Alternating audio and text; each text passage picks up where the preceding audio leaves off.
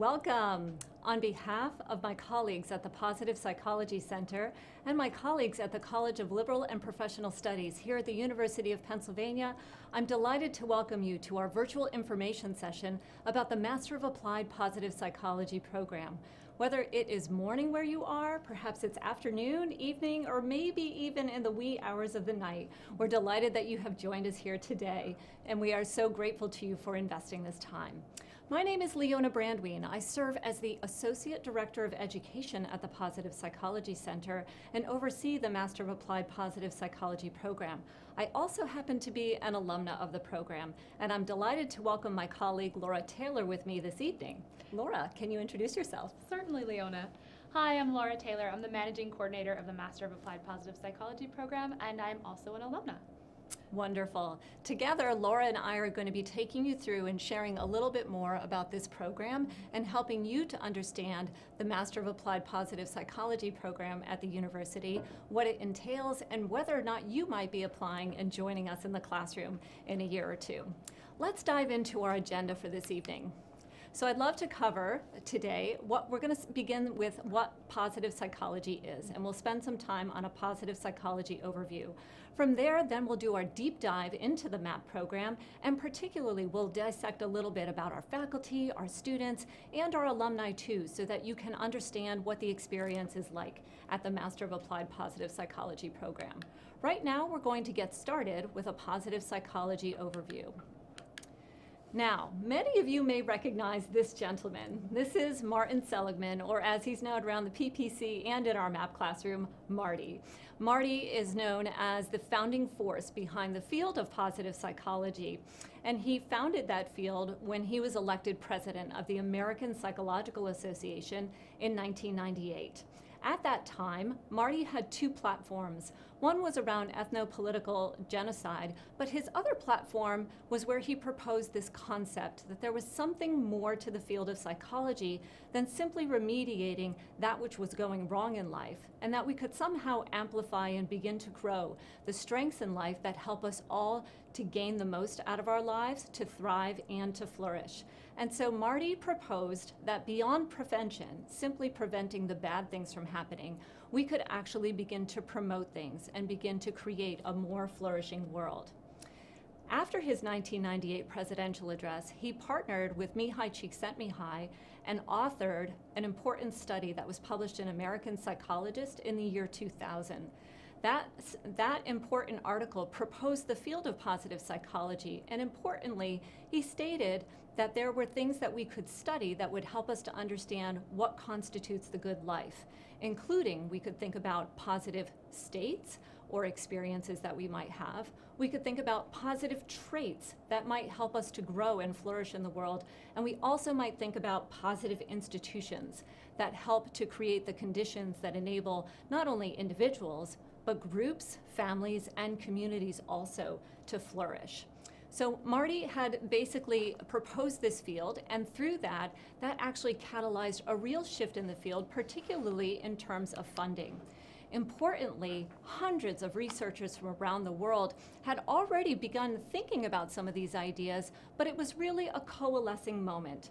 And through that sort of focus that was brought as a result of Marty's presidential address in that article, there were international conferences that began to grow in positive psychology, and importantly, a burgeoning literature as the amount of research that began to focus around the better side of life, or as Chris Peterson might say, north of zero, began to be studied more directly and more deeply. There are many professional applications of this research. People often say, well, where does positive psychology apply?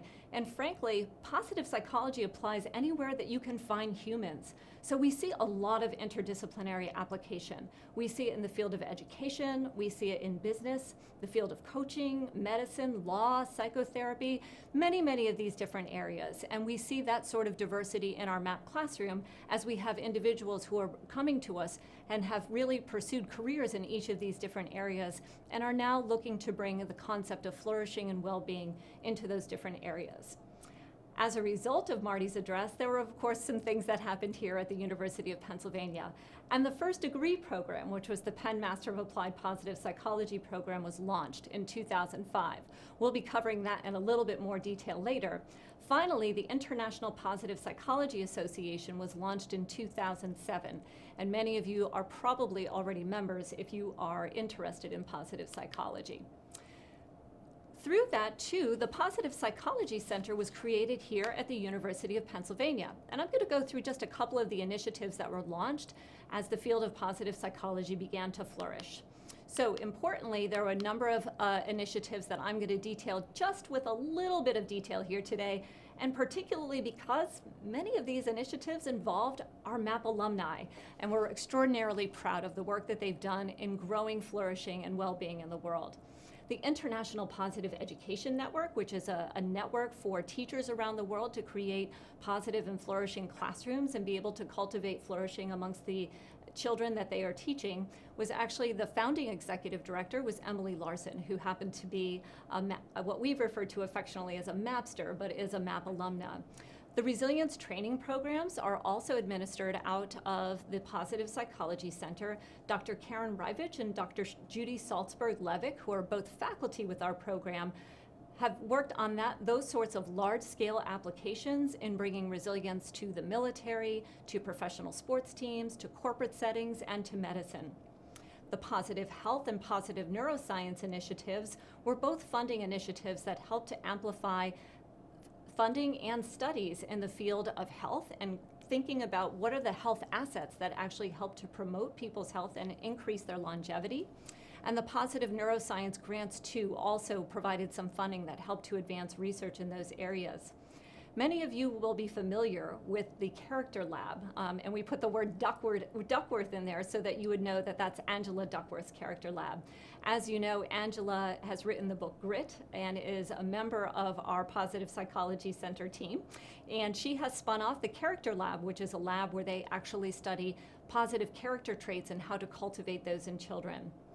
The World Wellbeing Project, which is a project that looks at large-scale data applications, especially looking and analyzing data from large resources such as social media and understanding population studies of well-being across several populations, was launched by one of our MAPP alumni, Johannes Eichstadt, who is now at Stanford University.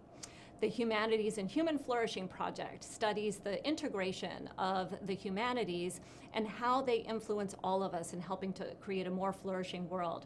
James Pawelski, who I'll be speaking about in a moment, is actually the principal investigator on that particular project. And then we also have two more that are actually also driven by MAPP alumni. The Primals Initiative by Jer Clifton, where he is studying how the perspectives that we bring to the world, overarching perspectives such as the world is an enticing place or the world is a scary place, might influence our perspective and indeed how we act in the world and our levels of well-being. And then finally, spirituality and self-transcendent experiences. David Yaden, who also graduated from the MAPP program, is studying those particular areas and importantly, whether or not some of those transcendent experiences can yield long-term benefits in terms of well-being. So there's a lot that's going on at the Positive Psychology Center, and I'd be remiss not to mention the MAPP program, which is a shared initiative of the PPC and the College of Liberal and Professional Studies. So the MAPP program is where we're going to be investing some time here today, and I'm going to spend just a little bit of time speaking about the history of the MAPP program. So the MAPP program was launched in 2005, and when Marty got this idea that he wanted to create an opportunity for practitioners to come and be educated in positive psychology so that they could create positive change in their areas of the world, he needed somebody to direct that program. And he looked no further than Vanderbilt University, where he found James Pawelski.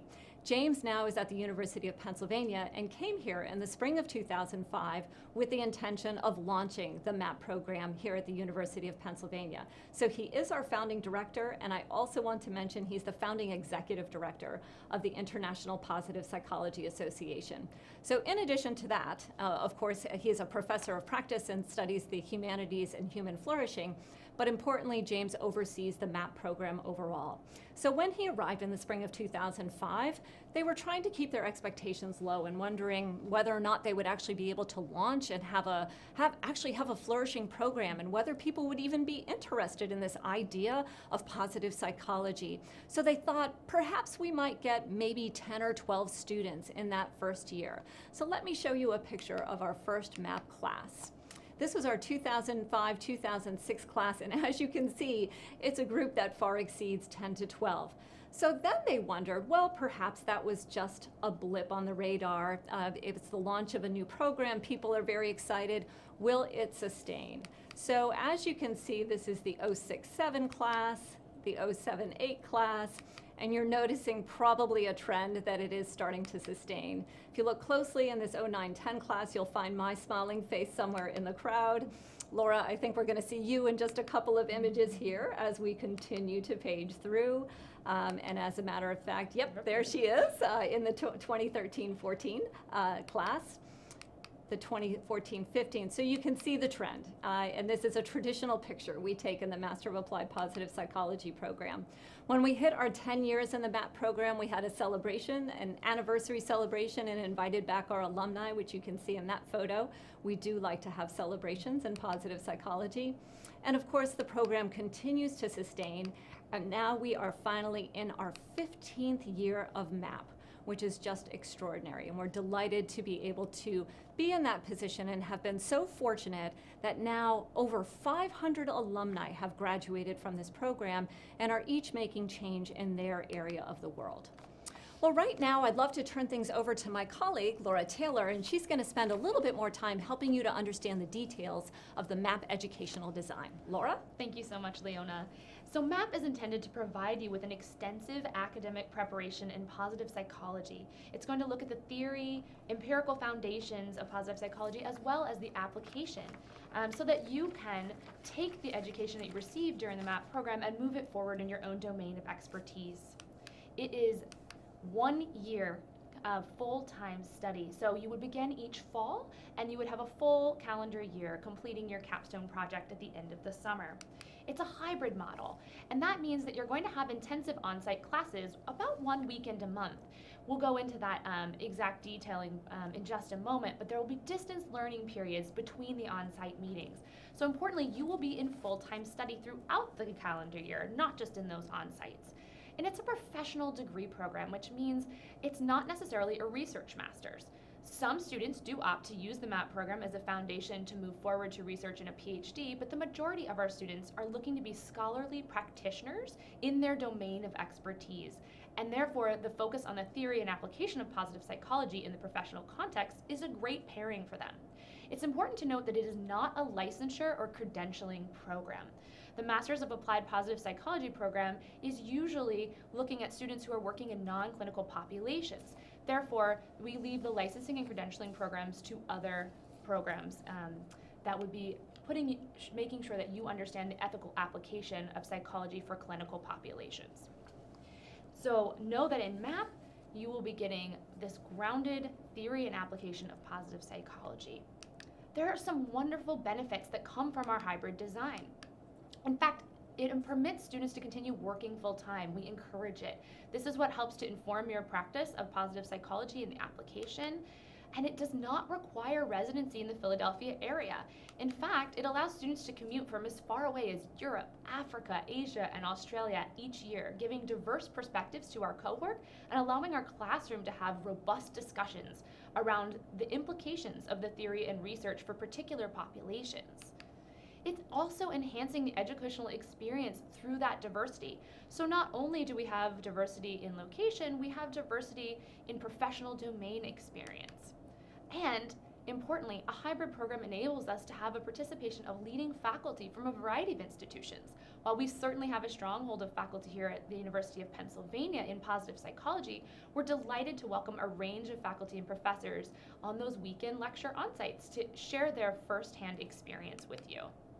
The courses in MAPP are designed to go through the 1 year.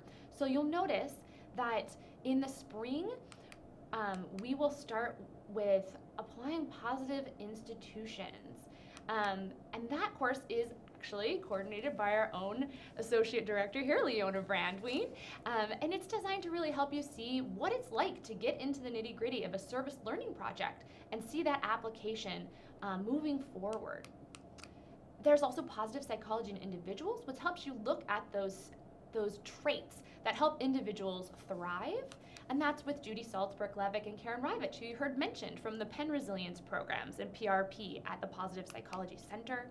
We have Positive Education program, and that is looking at education across the lifespan, not just in the traditional classroom, to ensure that we all are continuing to learn and grow across a lifespan. And that was currently being taught in the spring of 2019 by Allison Mackey. The Humanities and Human Flourishing course is by none other than Dr. James Powelski, our director. As Leona mentioned, he has a $2.5 million grant working at that intersection to see how the humanities can bring human flourishing into the world. So our spring courses are really looking at this deep depth of application. And that's what our current class will be diving into in just a few short weeks. Yes, they will. In the summer semester, we will have a capstone project. And that is the culminating project of the MAPP program. That is how you are going to take the deep theory and research and practice you've learned throughout the year into your own direction and begin to spin that for your own professional applications of positive psychology. The independent project will integrate that learning, but it will also be supported by an academic advisor that you're paired with through the program. And it'll help advance the application of positive psychology more broadly in the field. And then, of course, the fall semester, when you start MAPP, is the time when you are going to have a deep theoretical backing in the theory of positive psychology. That Introduction to Positive Psychology course is taught by none other than our very own Marty Seligman. It is a wonderful way to be able to hear the basics of positive psychology from the founder of positive psychology. So we hope that you would enjoy that. We have our Research Methods and Evaluation course, which ensures that you know how to be an ethical practitioner in positive psychology, that you know how to look at the research that's coming out and ensure that that application is something that would be appropriate. Are you looking at the right populations? It doesn't require you to be a statistician per se, but an efficacious consumer of that research. And that's currently taught by our own Angela Duckworth. The Foundations of Positive Interventions course is James Powelski, which is letting us know what are the questions we should be asking before we try to intervene in any population with work around positive psychology. And then, of course, perspectives on well-being. While we have our very own Marty Seligman here in his theory of PERMA, which I'm sure you're all familiar with, there are a lot of other perspectives across the field of positive psychology with a burgeoning literature. And Leona Brandwene coordinates a variety of instructors to come in and ensure that we are learning those varied perspectives from moral psychology and community psychology and physical health psychology so that we can all find well-being and flourishing together. So that what you see here is an example of how the MAPP program has worked in the last calendar year. And I will encourage you to know that the program is always iterating and ensuring that we are giving you the best science that comes forward. So while this is a wonderful example of what you've seen, of what you can expect, and you can guarantee, we do guarantee that you will have grounded theory, research, and practice in positive psychology, it may look a bit different in the year you arrive because we're always ideating. So know that that's what's coming forward. But what would your MAPP experience look like if you were to matriculate in the fall of 2020? You can find these dates on our website. These are the on-site dates. And you might at first blush say, oh look, five keen on-sites in the fall semester looks pretty easy. But let me remind you that distance learning periods are between every on-site, and that you will be a full-time student throughout that entire period. Our alumni say that they worked about 25 hours a week on their work in MAPP, and so that's something that you can expect to dedicate that amount of time to your educational studies during the course of MAPP. And it's something to consider when you're thinking about how you're going to balance family life and work life. So please be sure that you're, taking that into consideration now as you plan. And you'll follow a similar cadence in the spring. So again, there are 5 on-sites with the spring courses and those distance learning periods between. And I'm going to turn it back to Leona Brandwene so that she can tell you a bit more about the faculty that we are so lucky to have in this program. Leona? Wonderful, thank you, Laura. So as we're speaking about faculty, I want to go back to something that Laura mentioned a couple of slides ago when she mentioned our unique hybrid construction in this program. So that means that you are coming together to the University of Pennsylvania along with faculty 10 times per year, 5 on-sites during the fall semester, 5 on-sites during the spring semester, and then you go and you study at home for the distance learning periods with your learning facilitated by instructors and lots of course, reading and homework that goes along with that. So that unique hybrid design not only enables our students to travel in from all over the world, but it also enables us to bring faculty in from all over the world.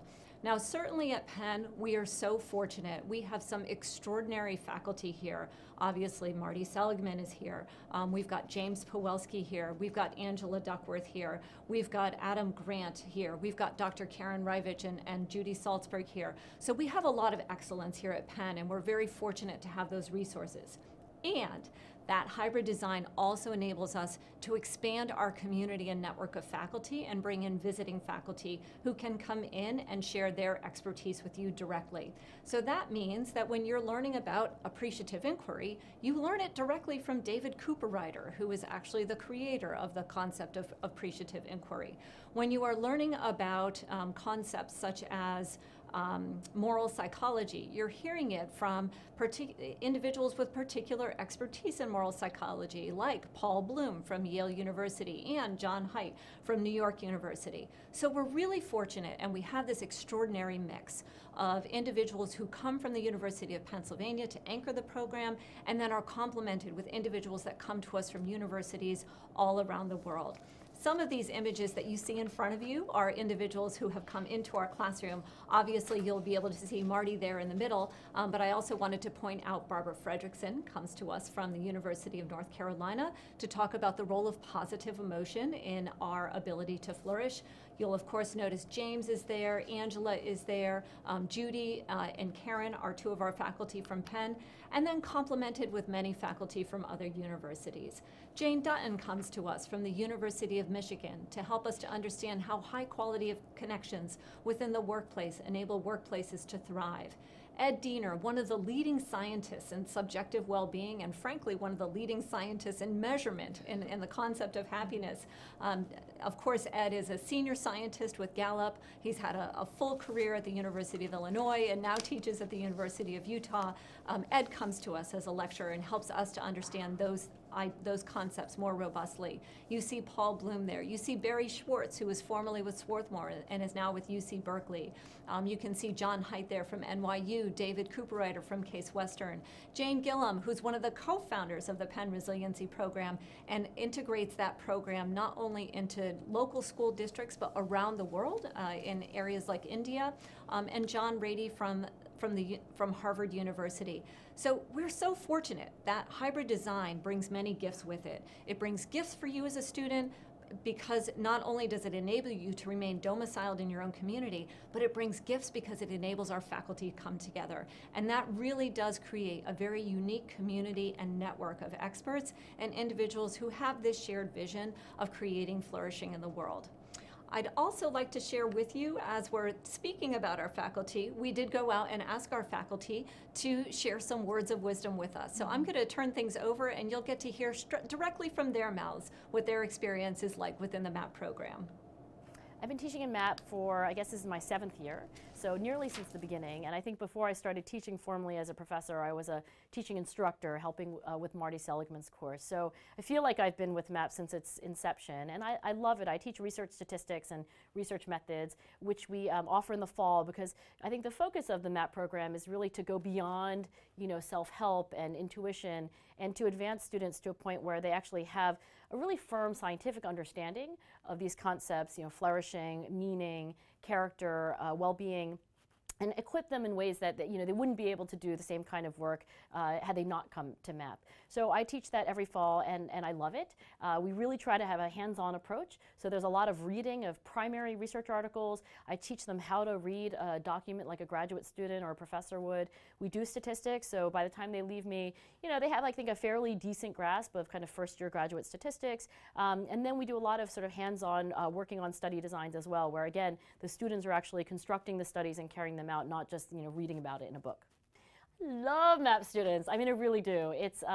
It's this kind of very unusual group because they are both outliers in their intellectual curiosity and their intellect itself, but also just on, you know, kindness and empathy. I mean, you just won't meet a nicer, more positive, happier, humane group of people. So, you know, every MAPP course, I think, like, well, this cohort could never be as great as the last one, and every year I'm proven wrong. There's a lot of hugging, there's a lot of thanking. It's just a really terrific group. I mean, it's really my favorite class to teach. Well, I've taught just about everything in psychology except statistics, I think, over the last 50 years. MAPP is the single best educational experience that I've had as a teacher and that I think my students have had. Before MAPP and before positive psychology, when I taught, for example, abnormal psychology, which I did for 25 years, I almost never heard the word life-changing. I hear the word life-changing all the time in positive psychology. I'm sure you're dying to know what it's like to be in the MAPP classroom. Well, here are a few pictures and images that I'd like for you to take a moment to just soak in. And you'll notice that there's a lot going on here. Some of it's really exciting and lovely, and some of it's deeply engaged. It's not just about positive emotions in positive psychology. In fact, Angela likes to say that confusion is one of the best emotions of education. So you'll notice that there's deep intellectual inquiry happening in this classroom. We have discussions both in large lecture style and small group. There are a variety of experiences that you will notice as you go through. So that's something that you can expect in the classroom. As for student demographics, we've welcomed people right out of their undergraduate work, and we've had people who are in their early 70s graduating from the Masters of Applied Positive Psychology. While we average a mid-career professional, we are really excited about the variety of experiences that can be contributing to our classroom experience.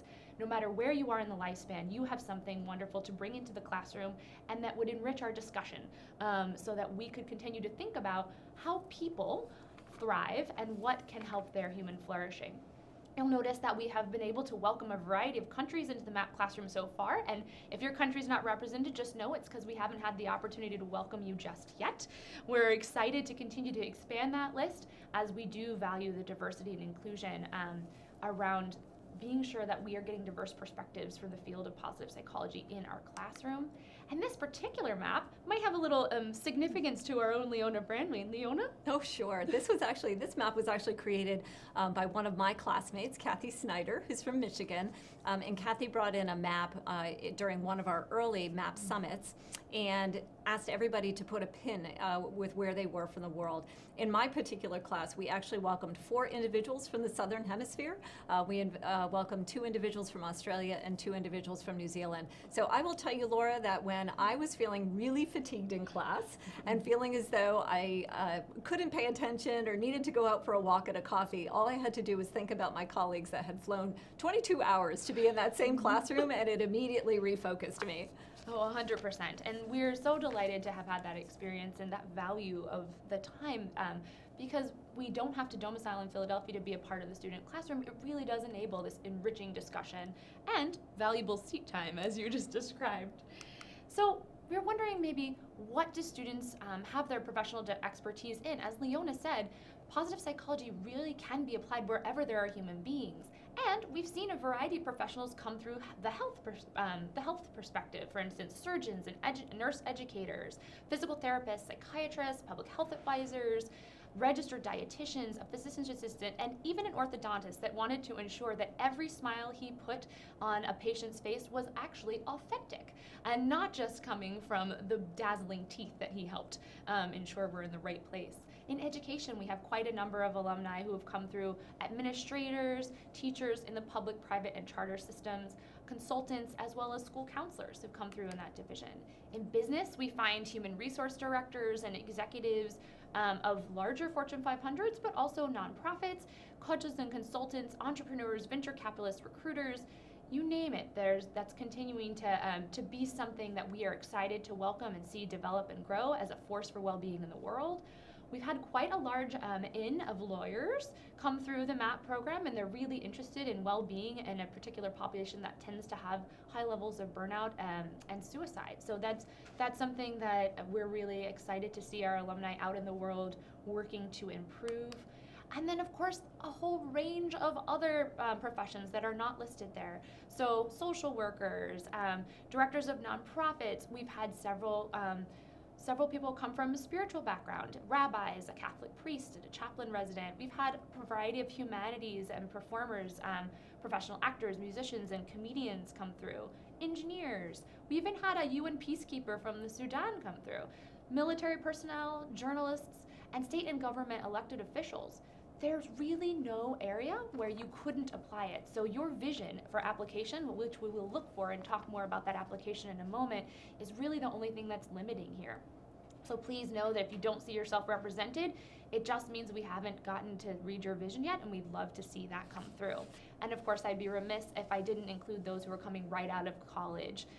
About 25 to 30% of our students are using MAPP very strategically to forward their careers and give a basis for what's moving forward. So you'll see, again, classroom dynamics, lots of celebrations and fun times in the MAPP classroom, but also this learning, this cohort environment, deep engagement at both a large and small group level. We've got presentations, and I feel that this classroom experience will be varied. So depending on how you learn best, there will be something for you across the cohort experience. So just know that that is who our students are, but all students aim at some point to become alumni. Leona. Sure. I'd love to talk a little bit about alumni. So you might be thinking right now, what can I do with a MAPP degree? Well, the first thing you can do is graduate. So of course we want to make sure that you're able to walk across the stage and receive the diploma that you've worked so hard to earn, because it is a very intensive year of full-time study. Often we say with the MAPP program that the good news is that you get your master's in a year, and the bad news is that you get your master's in a year. So I won't sugarcoat the fact that it is a very intense year. But I think that really where the rubber hits the road is how we begin to understand what happens out in the world with those individuals who have acquired a MAPP degree, and what do they do? So our MAPP alumni, so remember that Laura had mentioned that many of our students who come to us are mid-career professionals. They've got a domain of expertise or an area in which they work. Perhaps they are a physician, perhaps they are an attorney, perhaps they work in a nonprofit organization, perhaps they're working in the business sector. So they have an area of expertise, and they come to us with a vision for what they want to do to apply positive psychology in order to increase flourishing in their corner of the world. So as you're thinking about what can I do with a MAPP degree, it's about fusing your MAPP degree and with the interests that you already come with. So if you are working perhaps as a teacher in the classroom, you may be interested in how can I integrate the concepts of positive psychology to help my students flourish, both academically and as individuals, as they're building the life skills that enable them to be contributing citizens of the world. If you are perhaps a physician or a clinician, you might be thinking about how can I ensure that we're preventing burnout amongst our physicians and clinicians to ensure a sustainable workforce. Remember that we want to also have joy in work for those individuals, and that strong, healthy physicians and clinicians also create strong and healthy patients too. So these are some of the ways that people are fusing their MAPP degree with the work that they're doing in some of these different professions. I'm going to show you some data that dates back to about 2014, so it's a little bit old, but this comes from our MAPP alumni website. And if you're interested in checking out some of our MAPP alumni, if you go to mappalum.org, you'll be able to find more information about the 500 plus alumni that have now graduated from the program. We feel so fortunate to have this extraordinary community. Some of those MAPP alumni are business owners or chief executive officers within organizations. Many of our MAPP alumni have authored books, and we've actually had quite a number of books that have even come out just in the past year. They are also, I will mention that the MAPP program does rely heavily on writing, so it does build your writing skills heavily, and you'll see that reflected in this slide, as books are now being produced, as well as articles and journal articles. And so our alumni are continuing to contribute to the greater world, not just in sharing the knowledge that they currently have, but thinking about new ways to be able to apply this information so that we are building a better world for everyone. We're also proud to say that our MAPP alumni serve as leaders in the field of positive psychology. So positive psychology has been growing in leaps and bounds, and not just through the International Positive Psychology Association, which is really an umbrella network that covers the global picture in positive psychology. But more locally and regionally, there are some new associations that have been started by none other than MAPP alumni. I'd love to give a shout out. The Canadian Positive Psychology Association, Louisa Jewell and Lisa Sansom were both instrumental in the launch of that association. The Chinese Positive Psychology Association, Yu Kun Chao, who was one of my classmates, was instrumental in getting that association off the ground. The Colombian Positive Psychology Association, Andrea Ortega from Colombia, who came to our MAPP classroom about 4 years ago, was instrumental in helping to get that off the ground. And then the Japan Positive Psychology Association, Carrie Uno, who is from our MAPP classroom, and I want to say that Carrie was MAPP 2, was instrumental and is also a leader in that community. Many of our alumni are teaching at the university level. So there is, as you can see, there are a lot of ways that positive psychology is not only growing in terms of its application in various sectors, but also continuing to teach and continuing to build the next group of practitioners so that we can continue to build flourishing in this world. This is an image of our MAPP capstone distribution. So we have a public benefit here at the University of Pennsylvania that is called Scholarly Commons, which is an area for our scholars and students to be able to share their research with the greater world so that it can continue to flourish and do some good in the greater world. The capstone projects that Laura had referenced, which is a summer project, independent study project here in the master's program, those capstone projects can optionally be loaded onto Scholarly Commons, where then they are free for download from a variety of, from basically anywhere in the world. And here you can see just a quick image of the number of downloads that have occurred with MAPP capstones and service learning projects since the inception of MAPP. So I think that we're well over 250,000 downloads, and you can see them in places all around the world. And perhaps you might have even been one of those downloaders that's tracked on this very map here. And we encourage you, if you have not checked that out, that you can Google Scholarly Commons at the University of Pennsylvania. And then when you're there, you can search for MAPP capstone projects and be exposed to some of the great learning and really insightful takeaways that our MAPP graduates are taking and bringing out into the larger world. So it's pretty exciting what our alumni are involved in. You know, I could probably go through and name a number of alumni that are doing extraordinary work, but perhaps even better would be for you to hear it from one of our alums himself. And so I'm going to turn things over right now to Dan Bowling, who is currently an instructor. He teaches law at Duke University down in North Carolina. And Dan has some words to share with you about his experience within the MAPP program and what he's doing with his degree.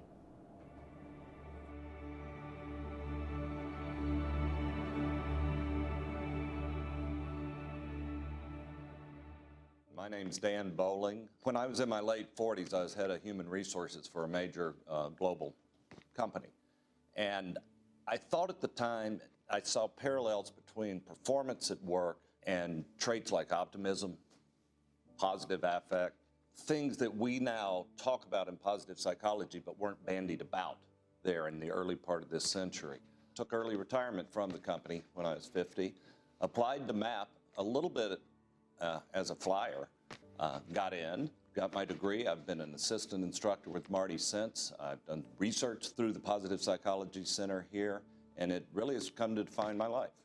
When I went to MAPP and graduated, I thought I'd go back into the corporate world, be a consultant and work with major corporations, and I do some of that. I have a small consulting firm. Primarily, though, my application of and how I've used my MAPP degree is in the academic world in the field of law. lawyers in general and are considered to suffer from more psychosocial ills than other similar professional population. I always had interest in the academic world. I'd been teaching some at Duke Law School. I designed and with the support of some key faculty, senior faculty at Duke, have been teaching a course, Positive Psychology for Lawyers, for the last 5 or 6 years at Duke Law, and it's happened to become one of the most popular courses there. I don't think that's because of me or my teaching, but it shows there is a demand. For some strange reason, I like going into tough, skeptical audiences and really working hard to convince them that positive psychology is something not just is something that is applicable in all domains. Chris Peterson once wrote something called Looking for Love in All the Wrong Places, talking about applying positive psychology, be it in the Army, like some of my colleagues have done, with investment firms in the for-profit sector, or in the law. I try not to think in real big, sweeping, grandiose terms about myself and whatever legacy I left. Maybe if my writing, my coaching, my counseling, my example help realize that positive psychology is not just it's not a narrow niche field. It is something that can be applied in everybody's life. Maybe that's a little piece of making the world a better place. Welcome back.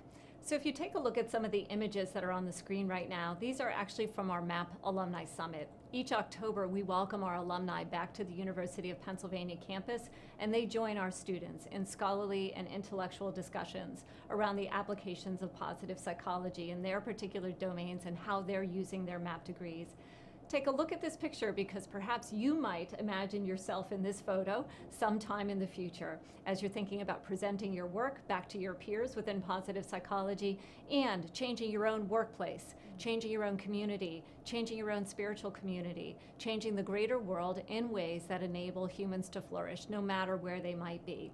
So if you are interested perhaps in being featured in that picture in the future, it would be best for us now to speak a little bit about admissions and what it takes to come to the MAPP program. So Laura, I'm going to turn things over to you to chat about admissions. Thanks so much, Leona.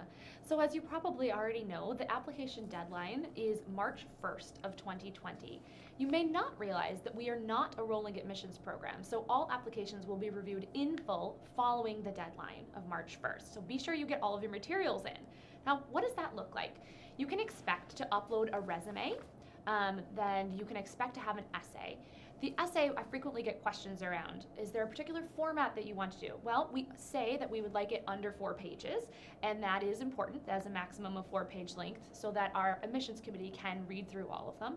However, there is no particular format. So if you're using ideas and language from sources you've read, please do let us know where you're getting them, but you don't need to have an APA-cited paper as part of your admissions essay. And you can answer those questions either in sequence or in a cultivated essay, whatever serves you and your story best. So please lean into your own skills and strengths there. You're going to be asked for 3 letters of recommendation.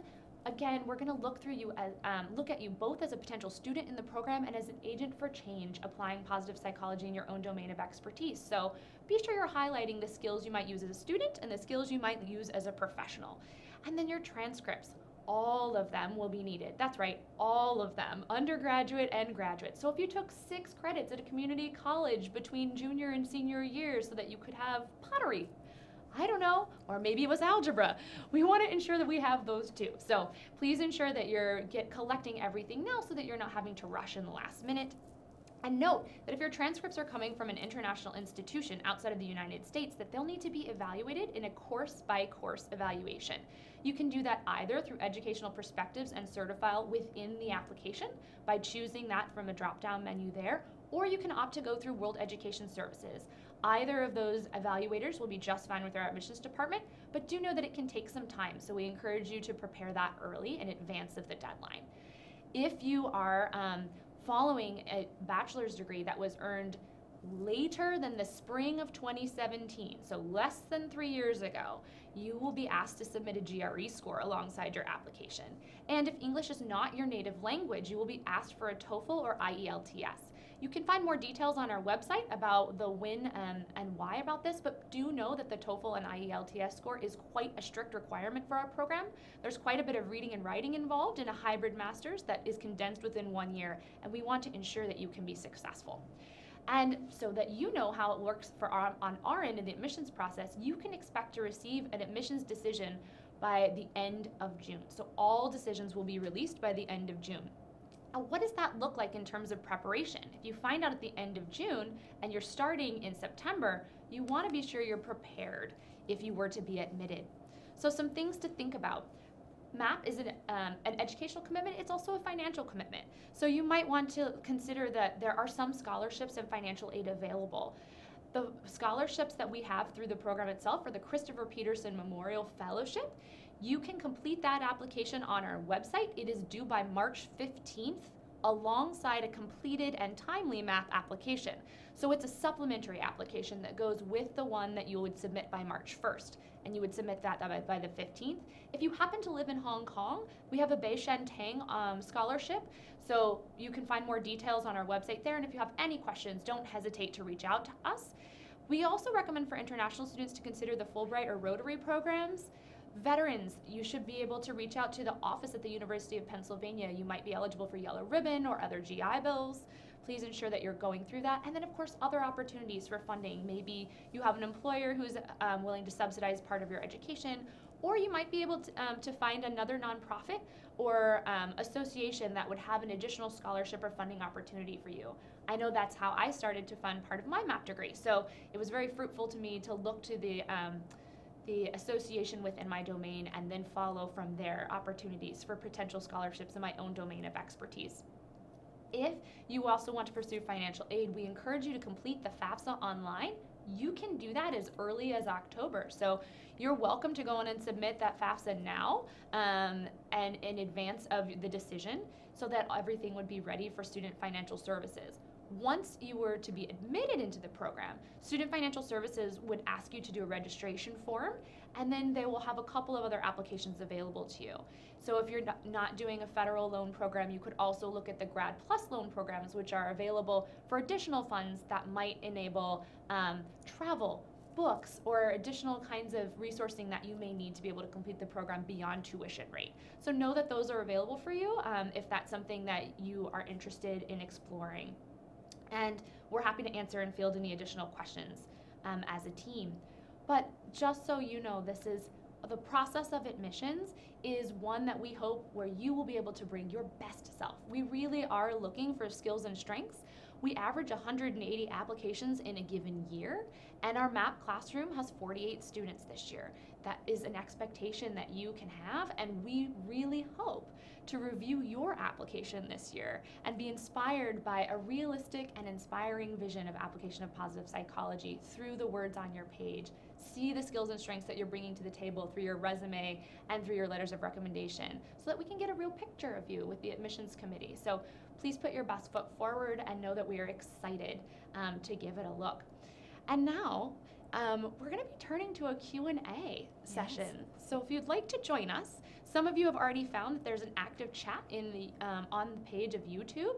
Please feel free to enter some questions there, and we're going to be turning to some of the questions that are already uploaded. Exactly. Wonderful. Okay, so we'll get started right now with a question from Samuel about whether or not the live stream will be uploaded. Yes, Samuel, it absolutely will be uploaded, so you can look forward to that in the future.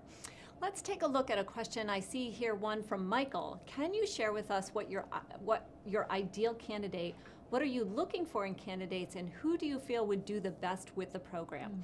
So Laura, I'm going to share that one with you if you don't mind. I have a couple of thoughts that I'd like to share. So clearly we are looking for somebody who is academically prepared. The MAPP degree is a rigorous one, and so we want to make sure that you have the best chances of succeeding in our classroom. So we're looking for strong academic preparation with at least a minimum quantitative background so that you're able to handle some of the coursework within MAPP. Importantly, a number of our students really come to us as mid-career professionals. So we're looking for a body of work behind them professionally or a domain of expertise that they will be able to fuse their learning in positive psychology and be able to increase flourishing in their own corner of the world. So as you are pulling together your application, be thinking about your own vision for how you want to apply positive psychology. Perhaps that's in the interest of increasing flourishing, increasing well-being.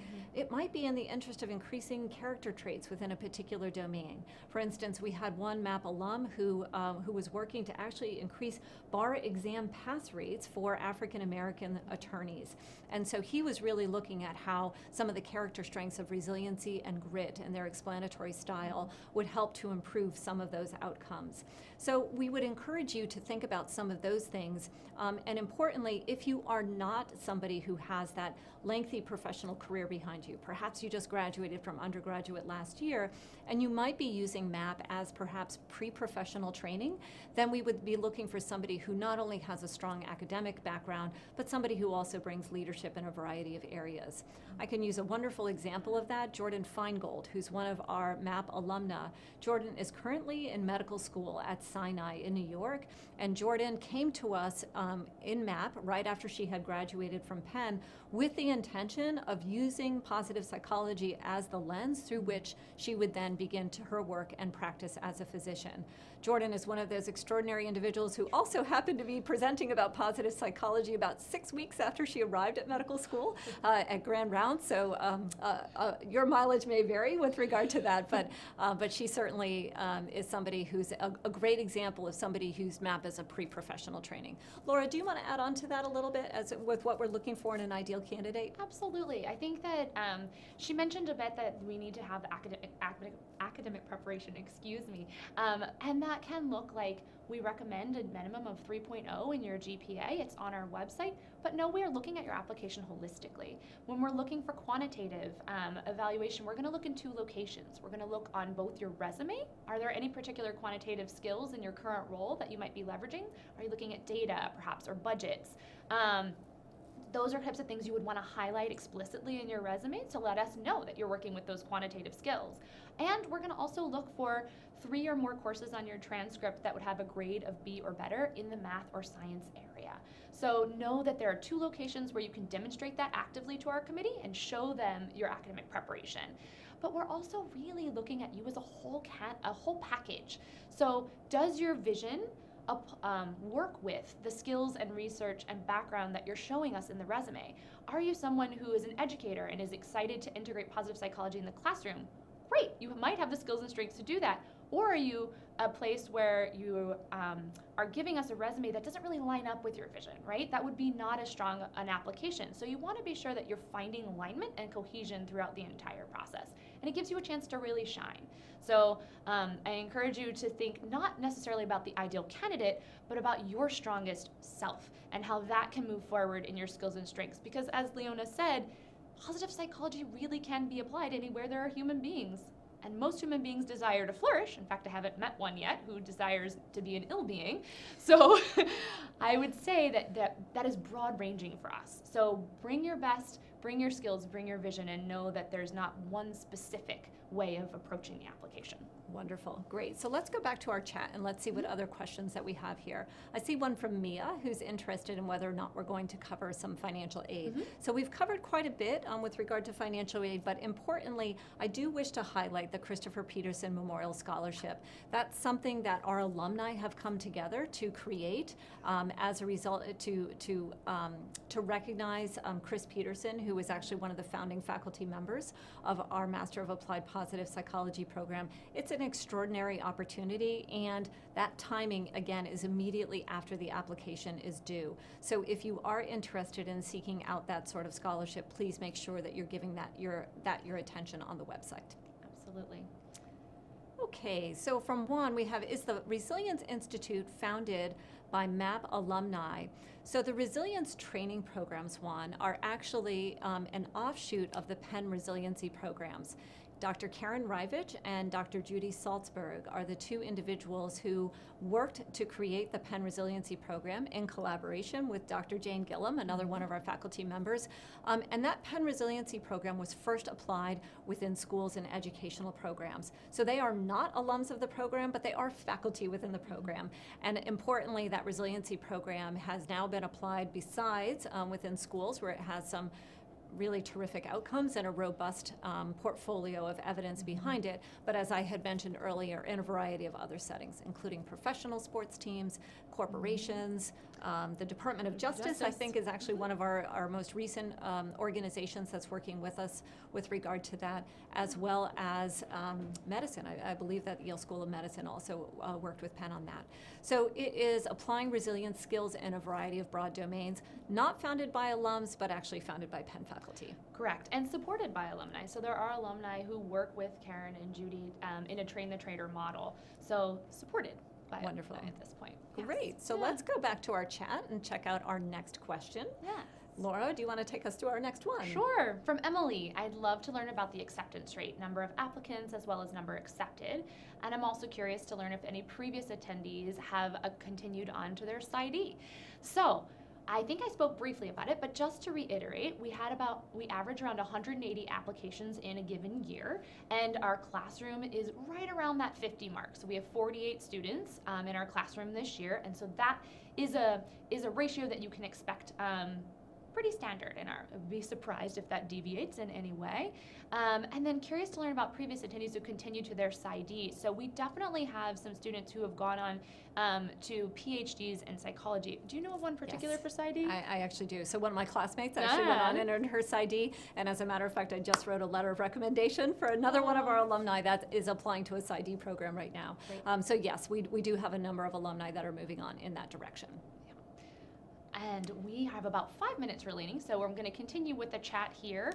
SR, how have graduates applied this degree? So we gave you a few examples as we discussed our alumni, and what I would encourage you to do is really look at those resources that Leona mentioned, mappalum.org, and also Scholarly Commons for the University of Pennsylvania. There are treasure troves of stories for how these degrees are being used, because it is so broad-ranging. Depending on the discipline and area that you're hoping to be inspired by, I would encourage you to kind of search. You can search by location, you can search by topic of interest, and when you do that search, I think you'll come up with something that's hopefully very meaningful and directive to you. Of note, the capstones are required to have a literature review for approximately 30 pages, so it can be a great way of seeing digested research in the field of positive psychology on a particular area of interest. So I encourage you to dive in, look at those, and see not only how they're using their degrees, but what research is supporting that degree use. Yeah, and it really is broad-ranging. I'll just use two quick Yeah. examples, and I don't want to spend too much time here because I know we have some other questions, but I'll just mention Jen Corey. So Jen is working on applying positive psychology to support individuals who are living with chronic disease. And her capstone, that's a direct result of the work that she did on her capstone. I'll mention one of our other alumni presenters, Henry Richardson, he actually owns a number of yoga and Pilates studios and is integrating positive psychology into those experiences to help individuals begin to flourish, even as they're taking care of their bodies from the neck down, also thinking about how they're flourishing from the neck up too. So a lot of different ways, and as Laura had mentioned, mappalum.org is a wonderful resource with regard to that. Somebody else mentioned, Rachel says, any discussion about beginning a PhD program in positive psychology in the near future? We do not offer a PhD in positive psychology here at the University of Pennsylvania, and I am unable to say whether or not we would be doing that at any time in the future. However, I'm going to guess around 5 to 10% of our alumni do go on to pursue a PhD after they graduate from the MAPP program. If you're somebody who's interested in doing that, we would encourage you to think about tailoring your capstone. So you'll need to have an idea about how to do this from the beginning, but tailoring your capstone so it is a research master's in order to give you some good, strong footing as you're applying to some of those PhD programs. Absolutely. And just know that the students who are applying to PhD can express that early. So express that early. If you want to use your capstone project to do a quantitative study of some sort to help support that application process, you can do so, but you need to be able to say that early on, because IRB will be important and waiting in your future if that is the case. Indeed. So Right. that's something to note. And from Jill, thank you so much for the clarification that that we are not going to be providing a licensure for clinical psychologists. As a physician, does the program teach practice techniques essential to applying positive psychology to patients? So this is such an excellent question, and the answer is yes. So that course, the Positive Psychology as an Individuals course in particular, springs to mind in this spring, because we were looking at what does it look like to take the skills of positive psychology into populations? Now, these are specifically non-clinical populations, but there are absolutely applications you could be using as a physician. Amy O'Sullivan comes to mind as someone who is looking at how to integrate positive psychology and turning mindsets and practice within her own practice with her patients to help them focus on healing and find hope and optimism in that process. Right. And her area of practice is with individuals who have eating disorders. And so there are a variety of areas. Importantly, again, this does not provide licensure, but many of the skills you had mentioned, Jill, cognitive behavioral therapy, I think perhaps I might not be overspeaking by saying everybody can benefit from cognitive behavioral therapy, including non-clinical populations. So yes, some of that skill building is incorporated into the degree. So I am mindful that we are running very short of time, and we are going to, alas, need to bring this to a close. But if you still have questions, please do reach out to us. You can reach us at our website. I would encourage you to go to penpositivepsych.org, where you can actually find out about all of our programs in positive psychology, not just the master's program, but also our undergraduate online degree in positive psychology and our MOOCs, or our massive online open courses. And so here you can see that website, penpositivepsych.org. We are accepting applications right now, and you can reach out to us with questions. Perhaps that question that you ask might be the impetus that helps you to feel confident enough to send that application into us and join us at the University of Pennsylvania. Thank you so much for your time.